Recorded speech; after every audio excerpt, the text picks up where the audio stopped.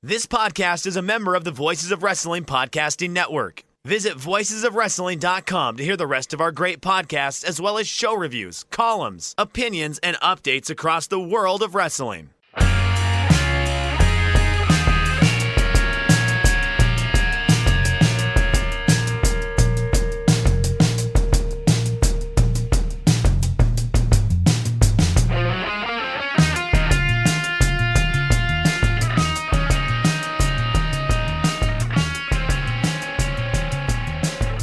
Shake them ropes. My name is Chris Novembrino. My voice sounds different because we're playing around with new production techniques. We're moving back slightly into the space age. Zoom sort of worked, but Zoom has also sort of failed us in many ways. Not unlike this wrestling industry, it sort of worked. It sort of failed us. And here to talk to us today and tell us all about the news of the week and to lead us and guide us is your friend, my friend, Jeff Hawkins. Hi, Jeff. Crushing morosity. That's the only way anybody could describe this week. I mean, last week we logged off and went, God, that's exhausting. And then just the first half of this week, it was like, well, maybe things are getting back to normal. Leroy Jenkins! And you're like, okay. And I don't think shoes have stopped falling yet. No, I don't think it's over. I remember you and I talking in the infamous DMs. I've noticed this has been a running theme on our show. You and I are in each other's DMs. We were talking about how the speaking out story was either going to go into, like you have 1, 2, 3, maybe 4 shoes drop, and then things kind of, resolve for now. Or this was going to just be an endless cascade because of all of the stories and rumors that have been around wrestling for years. And it has gone the second direction. And I agree with you. I don't think we are done with either of the two major stories. Like now, I think we're in a period where there will be a lot of talk about the speaking out based allegations. And then the other big story going through the industry now is COVID-19 and the way WWE in specific has handled COVID-19. But AEW is not clean on that front either, not unlike with speaking out. By the time you hear this, Velveteen Dream may no longer be employed. He had a car accident yesterday, and his Twitter is gone, his Instagram is gone, his social media is gone. Who knows? By the time you hear this, NXT UK may be no more. Ligero and Travis Banks given their walking papers due to the speaking out controversy. By the time you hear this, Jordan Devlin may be gone. I don't know for a fact what they're going to do with him, but he's been suspended indefinitely from Progress, or they were let go from Progress, I believe. They were suspended. Currently, the wrestling landscape is a little lighter. Chikara and Bar Wrestling have both closed down due to behavior by the people involved there. TNA has released Michael Elgin, Dave Christ, and Joey Ryan. Additionally, Tessa Blanchard has been given her walking papers. We'll discuss that in a little bit. With Spandex, the Uproxx outlet covering wrestling has been shut down due to allegations against Brandon Stroud. No word if they're going to reopen. Probably second in command, I guess, or at least one of the secondary writers there, Danielle Matheson, was given orders by Trent Seven's attorney to cease and desist and delete all tweets. So we're getting lawyers involved in this whole thing. Yeah, Trent Seven and Tyler Bate. I get what Trent is trying to do. I'm not endorsing it, but I also don't think Trent's defense immunizes him from WWE saying, hey, Trent, buddy, why don't you get that all resolved and we'll catch up with you down the road maybe if everything goes well for you. Well, there's two reasons you'd lawyer up. You'd lawyer up because you did it, or you lawyered up because you didn't do it. I mean, it's not either way. And plus, with British libel laws, I believe they're a little more lax. So if it was tried there, depending on where it was tried. Where else? Good Lord. Marty Scurll tried to give an apology twice, which pretty much tells you all you need to know. If you apologize twice, the first one didn't quite take. And I don't think the second one necessarily cleaned anything up. I guess part of it is the apology right after you've been called out for the incident. What I think I've kind of learned, or like what I've kind of crystallized as the thought here in these last couple of weeks, is that when someone does this, it's always the wrong move, because you're only sorry because you've gotten caught. There's no way an appropriate amount of time has gone by to lead to a new formation in your way of thinking and moral being. You have been called out for a specific incident. When you come out and immediately apologize, all you're doing is admitting. You're not actually doing that next step. It's the apologizer's attempt to hit the fast forward button. And clearly the right answer has to be, if you did it and you actually would like to do a real apology and maybe make amends and try to reconstitute yourself, is to just go away. And not try to do this thing that Skrull did, or what so many others have done in the same vein as Skrull in the past and in the recent present. I'm sorry, here's why it wasn't wrong isn't an apology. That's the thing. That's what I'm sorry, but it was legal. It's an admission. It's an admission. That's what it is. They think they're hitting the fast forward button, but really all they've done is hit pause. I'm sorry, but I didn't do anything wrong. Okay, well. You still said you did it. Yeah. Also, why would you apologize if you didn't do anything wrong? It's a weird thing to say. It's essentially, sorry you're offended by this thing. Yeah. But this thing that's obviously offensive.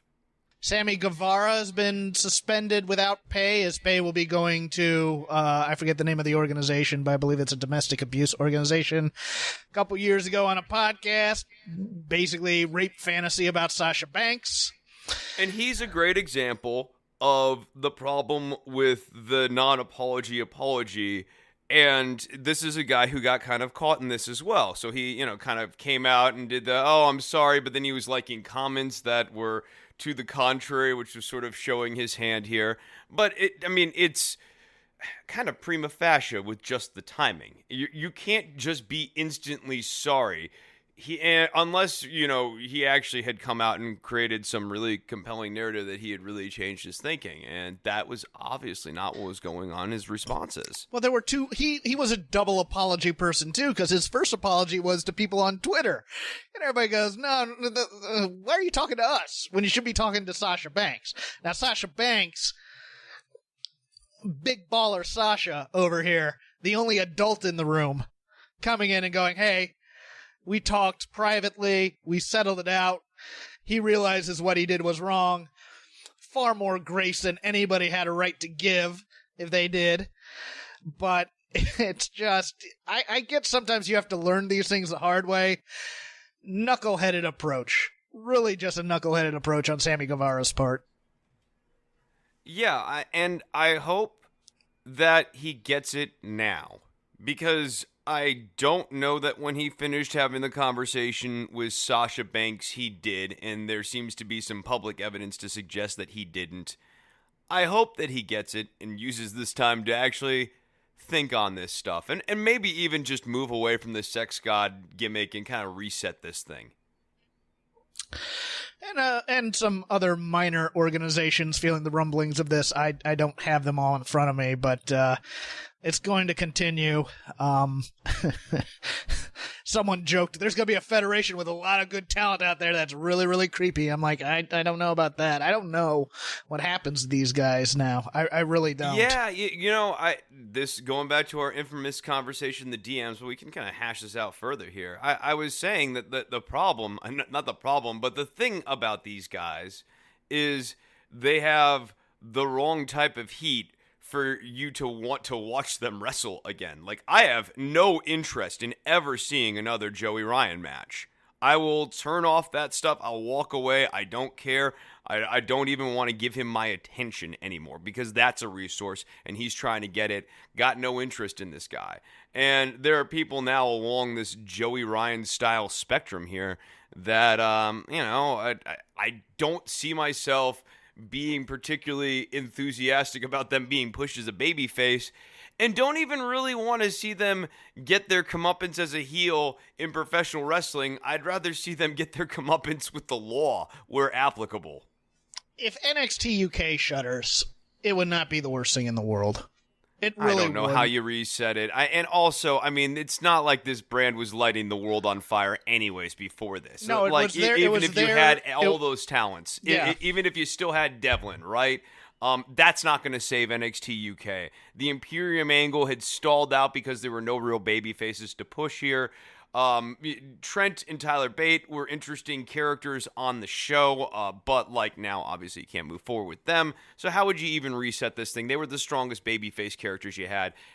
I mean, what are you gonna do? Send Pete Dunne over there and have him put the brand on his shoulders once again? They might try to do that, but they shouldn't. I think they just need to move on from this NXT UK thing. You know, bring Walter over, bring Kaylee Ray and Jenny, bring,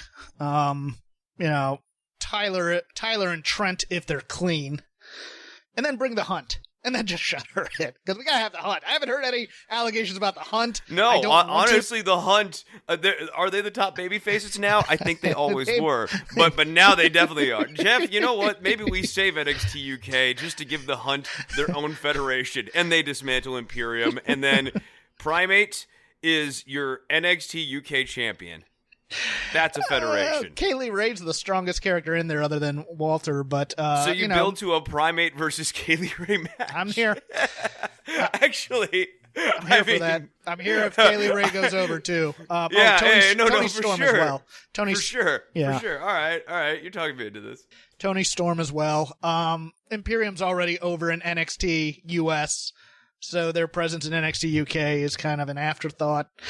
It's basically an organization that was put there to keep World of Sport from getting a TV deal. So, and now they've served that function too. And I mean, Kaylee Ray versus Io Shirai as a unification match would be kind of interesting. I'm here for that. She's the best. Yeah. She's one of the best female heels out there right now, and she was definitely one of the more intriguing things about NXT UK for me, especially, as I said, I thought she was the MVP of the Women's War Games here last year, other than the Dakota Kai turn, which was fantastic. A bit of fantasy booking here, but indulge us because I need some positivity along the way here. This is a bit of a march. Blanchard, Impact World Champion, let go by the promotion. She's been in Mexico quarantining, but she also hasn't been taping anything in terms of promos or anything for TNA. Tessa, look, I'm going to give my biases out there. I root for them. I root for the Blanchards. I do.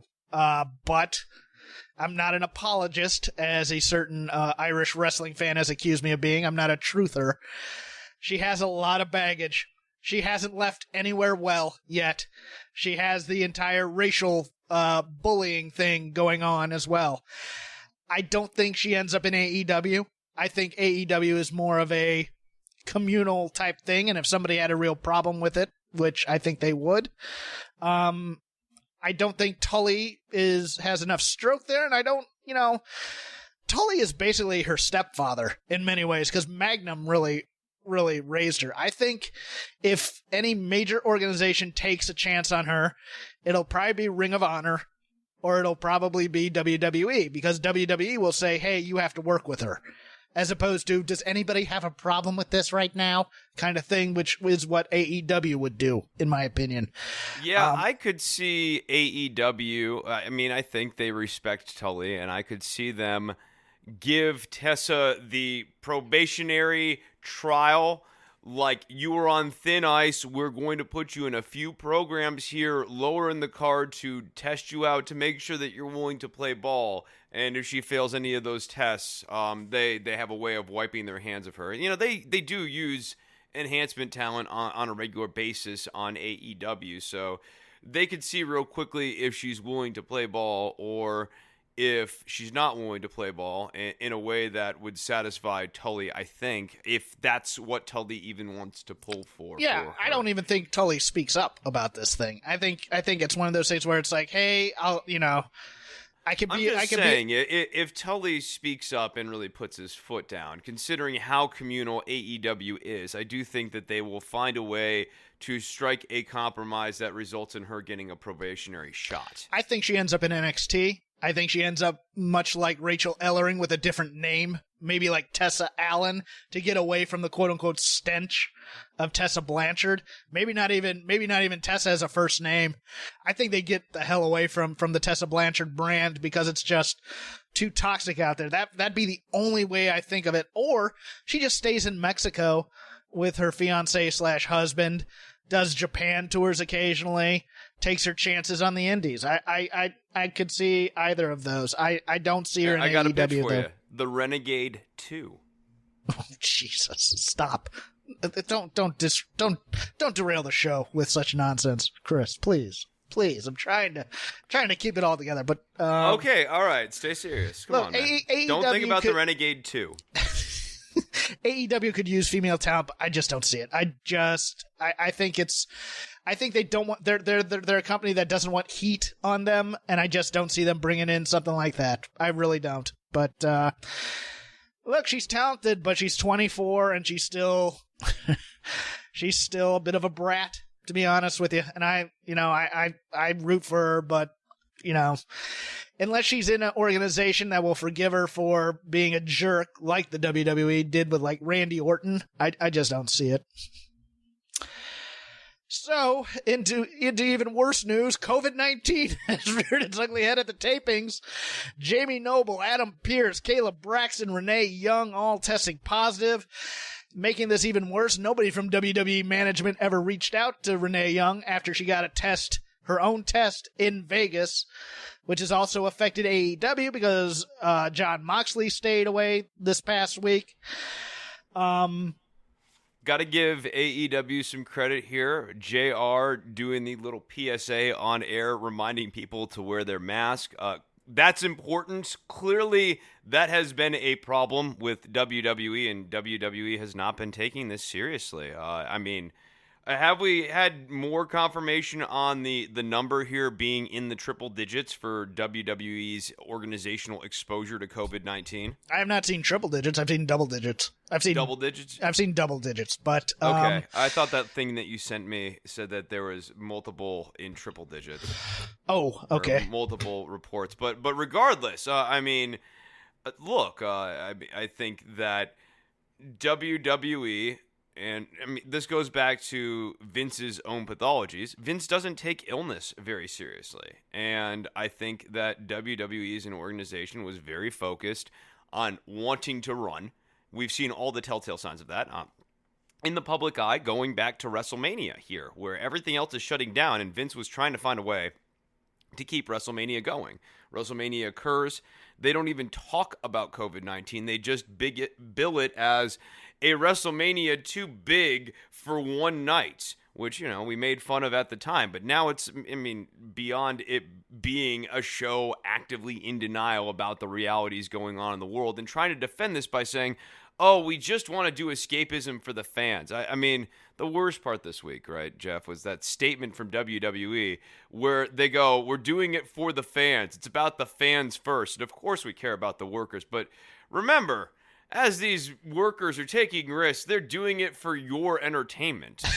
It's like that Disney slogan on steroids almost, or the Disney thinking. It's like, it's all about the guests. It's all about the guests. No, it's not. They have TV content. And I don't want to see my favorite performers get sick any more than, frankly, I want to see my favorite performers come back right after a leg injury or a back injury and wrestle in a ladder match. That's not for my entertainment. That's the ladder match stuff is for someone's entertainment backstage. I don't take any joy in watching Dolph Ziggler come back from a knee injury and put himself physically at risk any more than I enjoy watching all of these performers come out and play fake audience and not be social distancing. You don't even necessarily need them in mass. I think that to AEW's credit, they found a good way of taking advantage of Daly's place, spreading everyone out and getting the sound of people chanting in a hall and, chattering in a hall and filling in an atmosphere a lot better than WWE has with their hockey glass and everyone pressed up against it and smacking their hands against the hockey glass. I think you're giving a little too much credit to AEW. I really do. I think. I don't think I'm giving him that much credit. Well, JR's flying back and forth. Excalibur's flying back and forth. I think everybody's flying into Atlanta and then driving to Jacksonville. It's not great, but at least they're doing something somewhat grounded in the realities of COVID-19 when they're doing a PSA. Has WWE to date done any form of a PSA involving COVID-19? Not one. Not one. Not one, as the organization now has it and is riddled with it. I mean, so, yeah, like, comparatively, I will give AEW credit because they have at least one. Even if it is only one, that's still whatever multiple you like. What's 1 divided by 0? Indefinite? Or I didn't do great math when I was younger. Point being, WWE, yeah, they're sucking right now. And like they reflect an organization, their performance reflects an organization who had a mentality going into this that was in denial of reality. There are reports that Kevin Dunn did yell at extras to not wear masks on the set. I think for me, the big thing is that two people that are usually around Gorilla, and Adam Pearce and Jamie Noble, contracted this. And Vince McMahon, who is in his 70s, may or may not have done some PED things that might be affecting his immune system. No, I think that physique was all natural. Guy just likes to put in the work. Psycho Pro. It's, Psycho Pro is great. Yeah, I'd be concerned. I would, and I know God, everybody and their grandmother are thinking the irony of Vince McMahon contracting COVID when he is a noted germaphobe. You don't root for that. You don't, guys. No, you don't root for it. I really want to stress this. We should never be rooting for anybody, no matter how much we don't like them, to get this, because this is a serious disease that is currently, I believe, the number 3 killer of Americans. So we shouldn't be rooting for it any more than we should be rooting for someone to get cancer or AIDS. Kayla, this is her second time being COVID positive. That's alarming just because I've been seeing other reports this week about the fact that antibodies with COVID-19 apparently don't last very long. And to see Kayla Braxton kind of be the real-world example of that, jeez. Everyone just be safe right now, please. Going into the news, which, on top of other news, we have news, Chris, but cleaning up some things from last week as well. In the greatest wrestling match ever, Edge tore his rotator cuff, came out with a rather long promo, pretty good promo, I thought, on Raw this week. But he's going to be off the show for a while, pending a possible third comeback. So every part of this Edge comeback has actually been pretty good if you had a pair of editing shears and you could edit down this promo, the matches, even the long WrestleMania, too big for one night WrestleMania, just super great WrestleMania. That match, yes, it was agonizingly long, but you could totally make a 10 to 12 minute supercut of that match and it'd be pretty dope. Same thing with the greatest wrestling match ever. If you thought it was too long, you can definitely edit it down and get it to an edit. The work is there. The promos are good. It's just everything's been a bit long, but I like it. I like Edge. I want to see him do more stuff, and I even just think as a talker, Edge is an interesting guy. Edge would be like an interesting manager character too in a promotion. I think he's too tall to be a manager. I know that sounds weird, but he is. I was talking about like a general manager for like the organization versus being, he could be an interesting heel manager. But yeah, no, as a babyface manager, no, absolutely not. WWE Backstage canceled by FS1. The only of note interest there is I guess CM Punk will no longer be doing anything wrestling related again. I watched a couple shows. It just wasn't my thing. Doesn't have the fun of the bump. Doesn't have, the cool promos of Talking Smack. It's more or less a WWE magazine style show that really wanted to keep kayfabe and get a couple celebrities on there. Yeah, I didn't. I think if I watched one episode, that is all I ever watched of that show. I mean, Talking Smack was great, but they haven't captured the electricity of Talking Smack ever since they got rid of Talking Smack, because they didn't like what made Talking Smack so fun, that it existed in this world in between work and shoot, and that the best segments on Talking Smack were not something that Vince could control. Yeah, the bump is fun because it's more lifestyle show, behind the scenes type stuff with WWE performers. But yeah, I just miss that kind of promo driven type of wrestling that really is where my fandom comes from. I like wrestlers being in character, interacting with other wrestlers, and I've always enjoyed the wrestling sports news show. Like, the wrestlers are on ESPN, but like inside the WWF's version of ESPN, where they have the table, they're sitting down, and Mr. Perfect is yelling at Jake the Snake, and they're going to have a match in a couple of weeks, and Ted DiBiase cackles at Jake as they walk off. Like that's good wrestling, man. It's fun to watch the old Bobby the Brain Heenan and Vince McMahon in the studio episodes. Charlotte Flair's going to be out for a couple months. From what I've been told, it's cataract surgery. Hoping to be back by SummerSlam.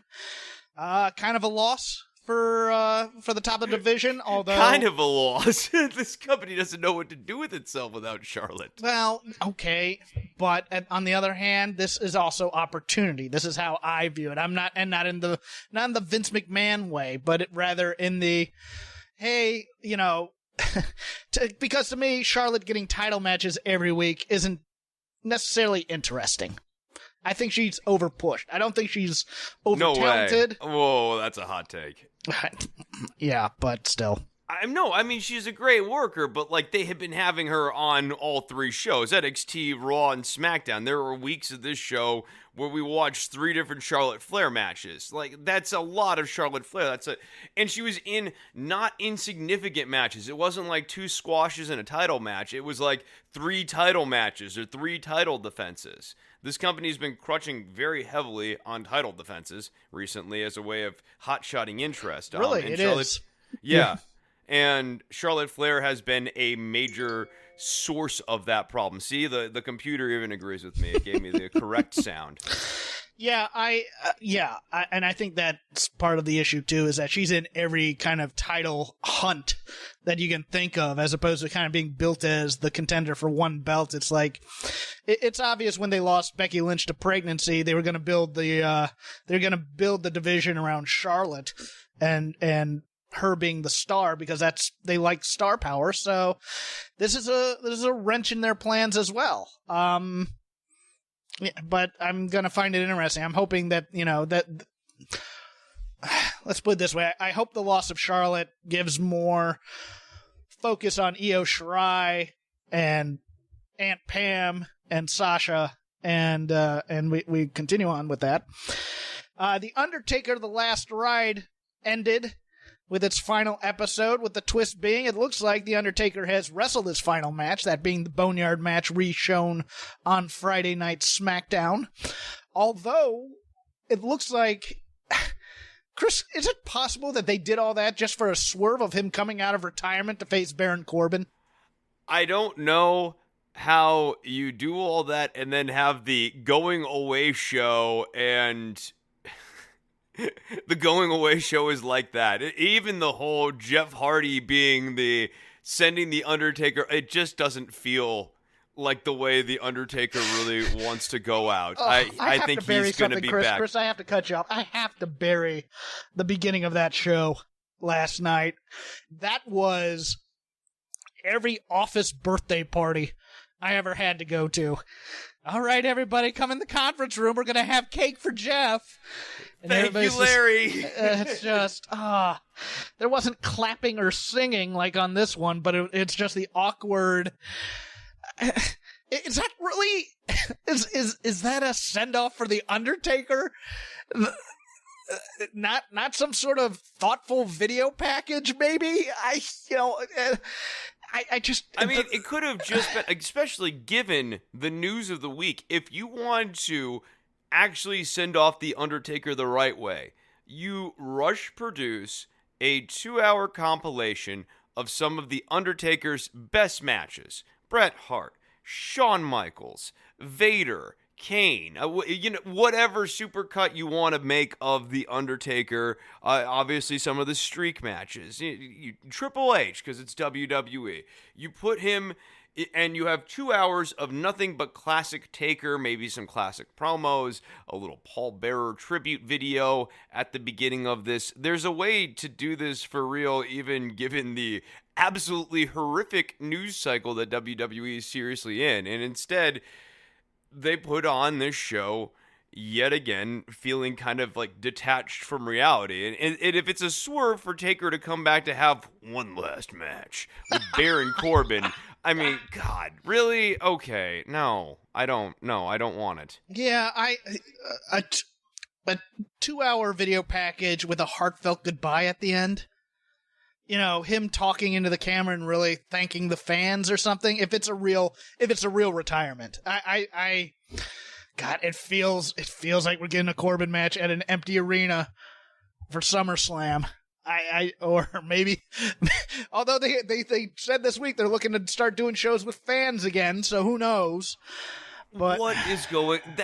Surely they're going to be disabused of that, right? Especially in the wake of doing these tapings and putting fans, and in this case, fans who are friends of performers, very much at risk of COVID-19 exposure. It seems really improbable that WWE is going to be able to run in front of fans, or if they're going to run in front of fans, I imagine it'll be like other things recently in the news here where you have to sign a waiver even to attend. And I think if WWE keeps pressing ahead in this negative press, they are going to have a very, very damaged company by the end of 2020.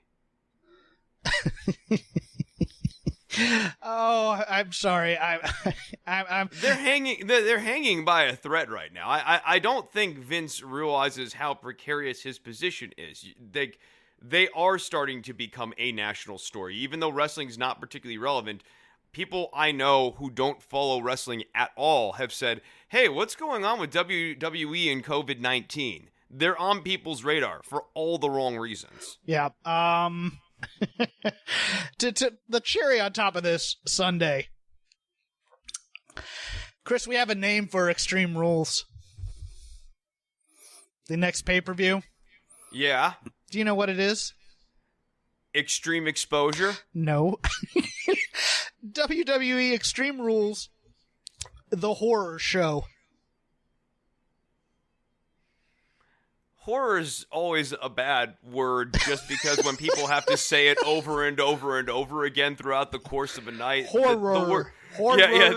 Yeah, right. It ends up getting blurred in people's mouths. So it's always a bad call on just that. And then obviously there's reality yet again creeping into this company that wants to operate in kayfabe 100% of the time. Further to that, it looks like we're going to have another cinematic match as part of Extreme Rules. This time a swamp fight between Braun Strowman and Bray Wyatt. Strowman cutting... this promo last night was cringe level. Yeah, the weird conditional outcome thing that he threw down at the end was strange, too. It's like, I don't actually know that I want to see him go either of those two paths. It looks like they're doing a possession story, too, which... Yeah, I think so. I mean, that's going to be weird. It's really weird for them to be revisiting the Wyatt's angle, especially given the fact that Mr. Brody Lee is now a featured character over on AEW, and Rowan's no longer with the company, correct? Yeah, so you have this reference to the Wyatt family constantly, which is sort of like a Luke Harper. Remember Luke Harper? And like it actually kind of triggers the mind to think about, oh yeah, what's Luke Harper up to on the other show? Numbers: NXT 786,000, 0.19, 26th in the ratings due to the demographic numbers. AEW 633,000. This was kind of surprising to a lot of people. Some people trying to explain it away. I don't think either of these numbers are anything to write home about, Chris. I don't understand why we're doing the horse race with two companies that aren't lighting the world on fire. With two horses that keep slowing down. I mean, even if you want to go, well, who will win in this race? The bar keeps getting lowered of what is quote unquote fast. The hope was that either one or both of these shows would do 1 million, and it's absolutely unclear to me right now that if one of these two products shuttered up, that the other product would even get up to 1 million. I think some of this is just we're keeping the television on to watch this.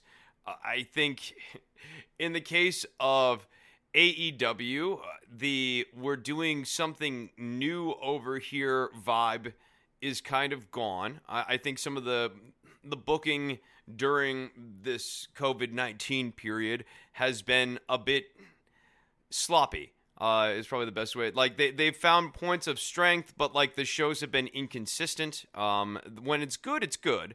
But there have been times where the shows themselves have not been good shows. And with NXT, I mean, the booking is just, it's the least inspired and the most meandering in a very long time, with no clear sense of, well, what's going to come next, or what are we even building to on this next show, and no feuds that feel particularly hot or particularly fresh. It's wrestling for wrestling's sake. And I think it's good for the workers that they're still getting work right now, but the shows have not been fun shows to watch. And I think particularly as this news keeps breaking involving speaking out, where you have names of people that, people were fans of, and people who were on this program that they were fans of. It kind of gives you a weird vibe, because, like, let's say you were an NXT UK fan. You're probably listening to this show because there's only like 5 of us. But it'd be weird to... The only 2 Americans who have watched every episode of NXT UK is probably me and Joe Lanza. Yeah, I stopped watching. Yeah, even when they started doing the rehashes or whatever. But yeah, like, let's say it's a weird vibe to watch now, because let's say you bought into the Ligero push. Yikes! Oh, jeez. That didn't go the way your emotions were hoping. We never have to watch Travis Banks versus Ligero on NXT UK ever again. I mean, they were fine little matches, as we like to call them, but they weren't going to drive us to watch next week. No, and I certainly if Travis Banks was on my TV screen now, this is a walk away from the screen guy for me. No, so yeah, AEW to me right now is kind of a middling sports entertainment product in many ways. It's not, there's some good matches in there. It's not like a professional the FTR wrestling stuff. product. They're still focusing on some of the cutesy stuff a little bit too much for my liking. And NXT is, again, it feels like a Raw or a SmackDown with yellow ropes. Now, the Voices account and I were chatting, and I got thoroughly sussed, because I was of the opinion, because it felt like to me NXT had a lot of Bruce Pritchard influence in it. I was told by someone who would know that is not the case, that a lot of this character development stuff is probably coming from the instincts of Road Dogg. I just have no interest in watching Rhea Ripley thumb her nose at Nana Nana Boo Boo at the Robert Stone brand, and now having she doesn't win either way in this match next week. I don't. No. This is a ticket to the mid card for Rhea Yes. Ripley. No matter how this match plays out, the best case scenario is that she is moved away from this placeholder feud and that we forget about it. But I don't think we're going there. I think that Robert Stone remains a character in Rhea Ripley's orbit for a minute here. And he could be something, but they're not going to. He's just going to be this geeky character, mid-card comedy he's going to be slick. He's going to be the second tier manager out there for laughs versus a guy of any serious importance. Yes, if they weren't so obsessed with making him a caricature, there's actually a very interesting character in the hyper slick New York, LA coastal D-bag character. Like there's something there, especially if that D-bag actually had some stroke, knew how to play politics, could even trick Regal every now and again so that heels would find him valuable, but you know that this guy's a slick little piece of whatever. Yeah, there's something there with that. I figured it out. I figured out the disconnect here. If wrestling were about making money, the Robert Stone brand would be about going in there, finding a star, marketing them, getting influence within the company, and building someone to make money with. But because it's all about entertaining and putting smiles on the smiles on the seats of the fans. That's where their faces are, Jeff. Oh, jeez. Well, the butt as a no.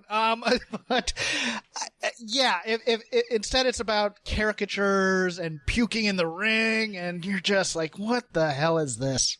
No, but yeah, if Stone and heel motivate, like if face motivation was about proving you were the best and glory and accolade as a validation of proving that you're the best, and heel motivation was about making the most money, Stone could be doing a DiBiase like $1 million brand. I'm trying to push, like Damian Priest would be an awesome pairing for a serious Robert Stone, where Stone is trying to push this, very urbane LA kind of guy in Damian Priest, and he thinks that he's $1 million talent, but doesn't care about Priest's well-being per se. He cares about Priest as an asset that he's trying to build up, and he's often very effective in doing so, but he's also not thinking about this guy's best interest long term.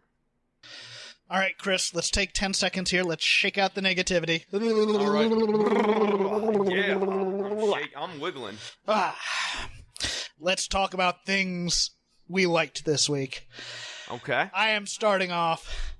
All hail Aunt Pam and Sasha.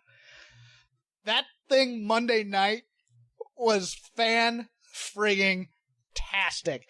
It was, here comes a turn. Here comes Sasha challenging Bayley. I'm challenging Asuka. And they throw their heads back and cackle like geeky bad guys. I absolutely loved it. I loved that was a punch and kick beatdown of Asuka. You don't see those anymore in WWE land. You see them doing their moves for the most part. You don't see they always hit the finisher. It's always, let's hit him with the finisher instead of just like, let's pummel him in the corner. Yeah, and I liked the pummeling. I thought that was awesome. And yes, sweet dear baby wrestling hose me for Sasha Asuka, because I'm here for that. I've been wanting this for a long, long time. Give me that, Chris. Give me this match. Give me this match, and don't ruin it by having them go 50-50 beforehand. No, and I'm glad that Sasha's the heel going into this, because if Asuka had to play heel and Sasha was babyface, I don't think it's nearly as good. I think Sasha works better in this pairing as a heel. I'm really excited for this. I don't want it 50-50. If anything, I would have had this beatdown also feature, targeting a limb as well. Do the classic heel thing to set up the match here. Tell the story of maybe Sasha working on a leg or something throughout the match to try to keep Asuka out, unable to kick her and kick her into submission. I'm very excited about this match. I think Bayley and Sasha are just, they're great on commentary. They're one of the real bright spots on this show, and I'm glad that you let off with that. They were great Friday too, I thought, on commentary. Right, yeah. I mean, to your point about Charlotte, who are they going to have to depend on more here? I think one of the answers is going to be Bayley and Sasha, and that's a good pivot point for this division right now. These two doing a 2-woman power trip. Oh, yes. That's where, I was about to say, I am here for them being a 2-woman power trip. I wouldn't even mind if Sasha got the title off of Asuka. I know the running joke. I know the running joke that Sasha's never defended the women's title anytime she's had it. I get that. But there's something about having 2 women having all the belts and leading it to them having their friendship crumble because of it. I'm here for this story. I'm all aboard this story. I think Bayley, again, has finally found this villain character. The way she threw her head back and laughed when Sasha said Asuka was such a great visual, such a great moment in just pro wrestling heel 101. You know, the fake sincerity. It was Bayley's so good. Slowly becoming a worse person than Sasha, and Sasha doesn't even fully realize it right now because Sasha is, you know, a classic baddie, and so she's slowly. It hasn't fully dawned on her yet that Bayley has become worse, and this is like the arc that we wanted to see between Bayley and Sasha. No, I don't hate the character wrinkle, because like I think, you know, obviously it was not intentional initially, and you know, it's kind of become a running joke, but I don't hate the character wrinkle that Sasha has yet to get over this hill of a successful title defense, because I think it'll make a long Sasha run later on more meaningful, because it's like this is her first long run with the belt. Corey Graves asking if Bayley was going to ask for a manager. They're getting close, Chris. They're getting close to my dream of making her the ultimate Karen. They're not quite there yet. I think what would be fun is when she separates from Sasha is that she actually gets a manager. It's so that she could keep asking for her manager. I'd like to speak to a manager and MVP comes out and I just roll. I would just roll. Yes. Yeah. And MVP manages her, but then every so often she just like berates the hell out of MVP, yes. And eventually he gets fed up with her. Yeah, no, I think that there's it could be a brief angle, but I don't hate it. Chris, the irony that she becomes a Terrell Owens type to Drew Rosenhaus when the whole MVP character was based on Terrell Owens would be something. My second love letter, Chris, this match, I believe, was booked for me and me alone. FTR versus SCU from AEW. Chris, they did a slingshot suplex, threw up the four fingers, and then later did the old Midnight Express Vegematic finisher. Yeah, absolutely. Oh, and I've been begging for them to do that. On the Twitterverse. SCU, like we've talked about Kazarian being good this year, and I mean I think this continues a streak of Kazarian being sneaky good throughout this whole year, which, you know, he's not had a lot of bright spots, but he's great. I think FTR working as tweeners totally works. And if they ever go full babyface, I don't want them to ever be that much more babyface than they're currently working right now. I think that this is an entirely believable, sympathetic dynamic for FTR. And yeah, dude, I love watching all the tandem offense, and you could just tell that these four guys were having a blast doing all of this. Yeah, you could tell they kind of went, okay, tag team purist match, let's do this. The only spot I do not like, that suplex to the outside spot. And it was weird because I was thinking mostly because of the obtuse angle. You have to hold the guy as you're falling out of the ring when you pick him up and stuff. But wrestler Grant Akuma basically explained, a friend of Voices and Shake Them Ropes, explained to me that his problem with the move is that the guy doing the suplexing has to leave his feet before the final moment, thereby having that moment where you're not really in control of anything. And I could see that too. I always cringe at that move. Yeah, absolutely. I mean, you're not really in control, and what you have to do is hope that your body anchors you back the other way so that you guys land flat on your back rather than kind of in a rolling motion where you can really hurt the person you're suplexing. The showdown between the Lucha Brothers and FTR unfortunately did not go as it was scripted a little too tight, I think, between the Butcher and Blade saying we found partners and the reveal, because they were already a couple seconds ahead of the reveal there. You know, I'm here for that match. I'm here for the Lucha Brothers and FTR. I I don't want FTR taking any of that Sierra Mero nonsense to the face stuff like they've been doing.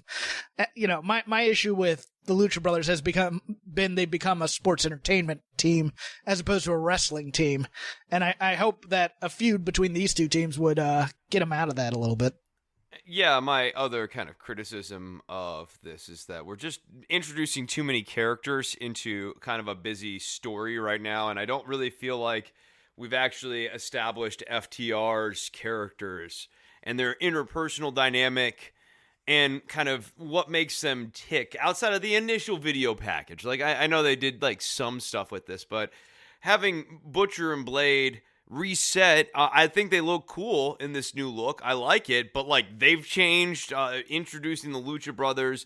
I'm interested in a feud between FTR and the Lucha Brothers. That like sounds good, but take your time, man. There's no reason to rush through all of these things. I mean, the SCU and FTR matches could continue for like a best of 3 series, and I would have been fine with it. I think that they're blowing through some of these pairings rather than just letting it breathe. And FTR's, if I was AEW right now, would be something I'd be trying to anchor the B block or the C block of the show every week prior to the main event. Yeah, I would be building stakes between Butcher and Blade and FTR since that was the first thing that they did. I mean, you have weeks to do this as opposed to, well, we need to put together all these teams and do a super card here for Fyter Fest or whatever. I think the Fyter Fest match should have been FTR versus the Butcher and the Blade, and the Butcher and the Blade have a good long-form match against FTR. FTR ultimately goes over, but you make Butcher and Blade look strong. They maybe have a few tricks up their sleeve, or you set up like the blow-off match after this. Butcher and Blade go over because they introduce a gimmick, and then we build to a gimmick match. FTR goes over, and then you build to the next feud. Something, because I have a couple more, but I want to give you some room here of things you love this week. No. We can keep going here. And then we still gotta just like run through the cards, I suppose. I loved the Cody Rhodes press conference, and I loved that the 2 reporters were the fake reporters from Pro Wrestling Illustrated. Oh, that's fun. I didn't know that. I enjoyed the Cody Rhodes press conference. I think that like Cody's stuff works really well. It just feels like it exists in a different kayfabe world than what AEW is. Yeah, Matt Brock was the name of him. I forgot the other one's named Kim. I can't remember it, but yeah, no, the 2 names that they used were the 2 kayfabe names that Pro Wrestling Illustrated used to do as columnists, which was basically Bill Apter writing things, or I believe it was Bill Apter writing things under a pseudonym. I liked Arn's promo here, I liked Cody's promo here, and I liked Jake just coming in and being a jerk. I thought it all worked. I thought it was great. But you get what I'm saying. It's like they're doing, with Cody's stuff, they do this New Japan style. Mm-hmm. We're doing press conferences, and like I love that stuff over at New Japan, but it doesn't feel like the FTR stuff would ever exist in this weird press conference world, right? I think it could. Maybe, but like what they're doing right now in the ring with Butcher and Blade, right now, no, it doesn't. Right now, right. No, it doesn't. Right now, they're doing a little bit too much Stone Cold Steve Austin. Even the Hikaru Shida stuff, like it doesn't feel like it exists quite in the same world as Cody's stuff. Right. There's just a bit of inconsistency. Yeah, Cody's feels like this is big business pro wrestling, and the other stuff feels like it's a little too WWE. Like driving in on the truck and coming in to do their match. I get it. I get what they're trying to do with that. It's not clicking for me just yet. Yeah. Orange Cassidy and Chris Jericho. I largely liked this. I thought that Orange Cassidy, the part where he didn't talk and he instead just did the stuff that Jericho hates, I liked it. I even liked the whole structure of Jericho's promo to highlight the stuff that people have legitimately criticized Cassidy over and kind of work that into his heel character. It's a clever way of taking the sting out of some of those criticisms, but also like working it in a believable way. And then I thought that Cassidy, for his part, during the beatdown of Jericho, did a great job. He showed tons of fire. Like Orange Cassidy's babyface fire is really good. And then him bleeding at the end, perfect. Like that final spot, like that, they went off right. And Orange Cassidy, he doesn't need to juice too often, but I do like him being cool as a cucumber when he gets juiced. And I also enjoy him going from utterly incensed to trying to recompose himself. Like, he does a good job selling that as well. Much like the Becky Lynch broken nose picture, I think AEW's fools if they don't come out with T-shirts with red ink on them of Orange Cassidy. You know, an Orange Cassidy shirt with the red ink like the blood. I think that would be a big seller for them. Yeah, no, he's got something. He's got something for real. I was someone who didn't get it early on, and like I think he's had to grow into this character, and I think that Jericho's been able to bring out the intensity and the babyface fire thing that a lot of his more comic wrestling stuff had been pulling the teeth out of. But like Cassidy, he's close to the Shamrock. Like Shamrock to me has always been the gold standard of like babyface fire intensity, but like Cassidy's someone who I get like light Shamrock vibes from, and like that's a really good thing. That's what you're looking for out of an underdog babyface, just waylaying. I like his punches. He looks good. Two fantastic moments in unrepentant stupidity this week in wrestling. We'll go to the one least seen by most people on this show to seek out. New Japan Cup, Toru Yano versus Hiromu Takahashi. Oh, nice. I haven't seen this, but I've heard good things. Basically, Toru Yano gets shoved into an elevator and counted out after cutting a piece of Takahashi's hair. Fantastic. Toru Yano, 12 stars. The other one, and it shocked me, because after last week's bad vignette, I didn't have hopes for this. The Undisputed Era's get in the trunk, Roddy. All he does is get in the trunk, and they clap for him. Oh, you got a match later on tonight. It was so stupid, but it was so pro wrestling great.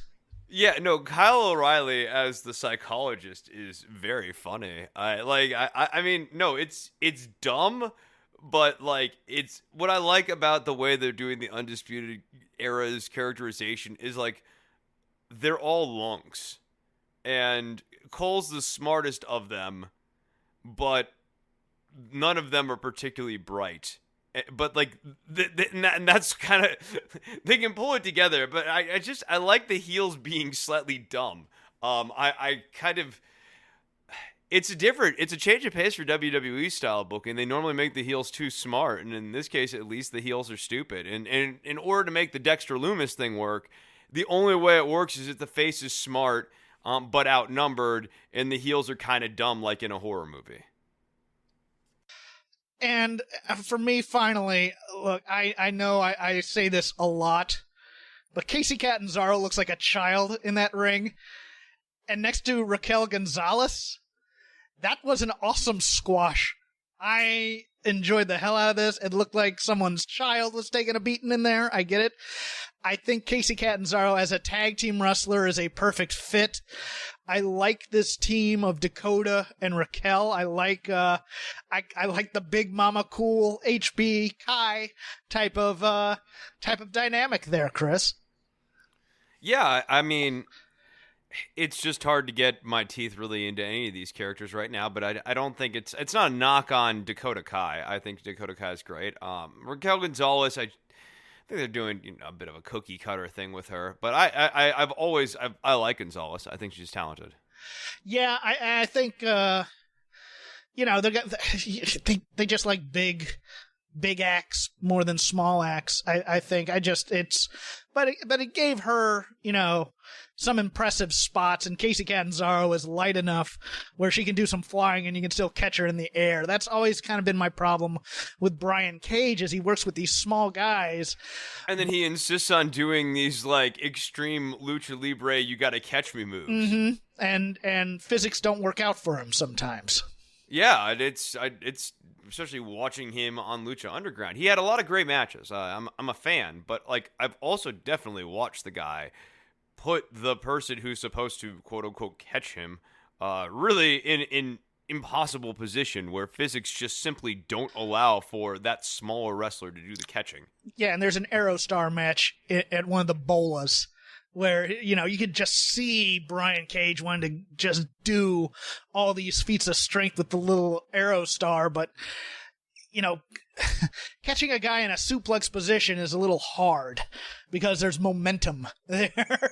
And it didn't go off quite as they wanted. But, I think this is a pretty good overview of wrestling. Is there anything major you wanted to kind of go over this week other than the stuff we've hit on? Let's see here. Dexter Lumis, Roddy Strong. We did that. Karrion Kross defeats Bronson Reed. I like Bronson Reed. I actually thought that this match was pretty good. Yeah, I like what they're doing with Karrion Kross. They just have him have him kill guys and get out of there. I don't know about the histrionics stuff. Yeah, the Scarlet stuff, they're still messing up, but the actual Karrion Kross matches are working for me. He's getting that, Glacier Wrath style push, and I think it works. Now we've got Keith Lee, Johnny Gargano. I just not interested in this Finn Balor character, and Johnny needs to have gold, I think, to really kind of make this whole thing work. Let me see here. I'll throw in something while you're looking. Yeah, I liked the Street Profits Viking Raiders match, but I thought the entire that as the blow off for the feud is kind of confusing to me. The Akira Tozawa having Lashley come out and kill the ninjas. I was like, and then to have basically Tozawa win the 24/7 title. That's the end of the ninjas until there's, I guess they're going to just table the Big Show versus Giant Ninja thing in favor of the Randy Orton feud. Did something happen? It might even be a thing where shows I don't want to, be doing this right now. Maybe they weren't able to keep doing that storyline anymore. Matt Hardy versus Santana. I like Matt Hardy. The in-ring stuff. I like the versions of Hardy as in analog to the faces of Foley, but Matt's not having McFoley level matches right now. No, he's still trying to work like he's a 25-year-old. Yeah, and I need him to kind of tweak the style up. Just kind of mix it up. The versions are fine. There's nothing wrong with, being different iterations of self from time to time here, but the match style needs to change. And it's weird to watch him. It's weird to watch him as the babyface against these underdog heel guys like Santana. I liked Anna Jay being reintroduced as a babyface and then immediately being taken into the Dark Order. That was last week. Oh, was it? I thought that was this week. My fault. No, that was last week. This week they did the Colt Cabana. Colt Cabana. Colt Cabana. Yeah, Cabana. Pulp Poblano peppers, Yeah. Pulped Poblano. He had the match with Mr. Brody Lee, and he got the pin, and, the attempt to get Colt to join the Dark Order continues. I don't think it takes. It seems to me like Colt doesn't have maybe he has a heel character that he wants to shuffle into, but I think that this is a red herring and that he ultimately has a match with Mr. Brody Lee. You know what I think this is turning into? I think this is going to be AEW's version of Jimmy Boogie Woogie Man Valiant versus Paul Jones's Army. I think the Dark Order is going to continue to get members and continue to run them against Colt Cabana when he turns. Although I'm enjoying the story for right now. I'm liking that Colt's kind of being, he's kind of being tempted by the dark side, but he hasn't given fully in yet, and he still has reservations about it. It's not a bad mid-card story. No, it's not a bad mid-card story. It sure isn't. And even if you build it the right way, Colt's a sympathetic babyface, and you'll want to see him get his comeuppance against Mr. Brody Lee. Mr. Brody Lee is a really good final boss for Colt Cabana's character to have to go up against after he gets through all of the Dark Order guys. No, I agree with you. And that's a nice long-form, B-block program for AEW to build their show around. I agree. And Taz is fantastic as a mouthpiece. Yeah, he sure is. Taz, very underappreciated. I think that what he's doing, I even like that you can see the tension and divergence a little bit between Cage and Taz is doing a good job keeping it together right now, but they have a difference of worldview, and that is there. Yeah, I remember when Taz, he was a Taz maniac in ECW, and I was still watching syndicated ECW TV week to week, and they brought in a guy to do a color commentary on a Chris Benoit match, and you just hear him, and it's like, wow, there's something to this guy, and they introduced him at, it was the Reborn as Taz thing, and you're like, oh, there's something here. And look, over the years, you know, you had the SmackDown color commentator wacky Taz type thing, but intense Taz is the best Taz for me. I agree. No, I think when he's intense, he's as good as anyone in terms of being intense Taz. Don't get me wrong, I like soft shoe, hat and cane, entertaining the fans Taz. He can be very funny sometimes, but when Taz is angry, I get on the edge of my seat and I start to listen. Those Taz promos in ECW when he was champion, those are always great. He just has a real way of kind of commanding the microphone and commanding the camera. And I even think, you know, this version of Taz still, like, he has a great villain character in him still. Absolutely. No, there's a lot of tread left on those tires. And giving Brian the survive if you can, or win if you can, survive if we let you tagline. That's just a massive show of respect right there. Absolutely. And Cage is a very fitting inheritor to, like, the Taz legacy, especially if Taz, or if Cage ultimately becomes more grounded, because he's just, like, so big and so intimidating. Taz and Rhino were, you know, small guys who really occupied a lot of space in the ring and really exuded a big aura. Yeah, and I could see someone like Jeff Cobb coming back in and coming under Taz's tutelage as well, and him having both of those guys as kind of a stable. Yeah, right. Oh, that's a fun stable. I'm into that. Oh, that's enough graps for me for the week. You can follow me at CrapGame13. You can follow Chris at Chris Novembrino. You can follow the show at Shake Them Ropes. Chris is hot and heavy into all the politics of COVID and whatnot on his Don't Worry About the Government. He's going to tell you about that now. Yeah, you can check it out on iTunes, on Stitcher, and now, Jeff, on Spotify. Don't worry about the government. Search for it on any of those three platforms. You can do it. You can go there. We're also on Patreon, patreon.com/DWATG. Follow us on Twitter at DWATG. The other show I do is the All in the Family podcast, you know, on hiatus, in hibernation, but we'll be back. The band gets back together and plays every so often, probably a few times a year here still. We're not done with it, but we're also kind of, you know, at a point, and we'll be back. But you can check it out there. And everybody, please stay safe, and for the love of God, wear your mask. Going to give a quick shout out to my friend Craig Mann, who is on Twitter at Violent Miracle, also on Instagram at Violent Miracle. If you have not yet signed up for his mailing list for compilation tapes, quote unquote, do so. I spent my Friday night last night watching the goodness of Terry Bam Bam Gordy in All Japan. A few other compilations there he has of Tiger Mask, one of Vader, which is a lot of fun. Link is at his bio at Violent Miracle, all one word. Talk to you next week.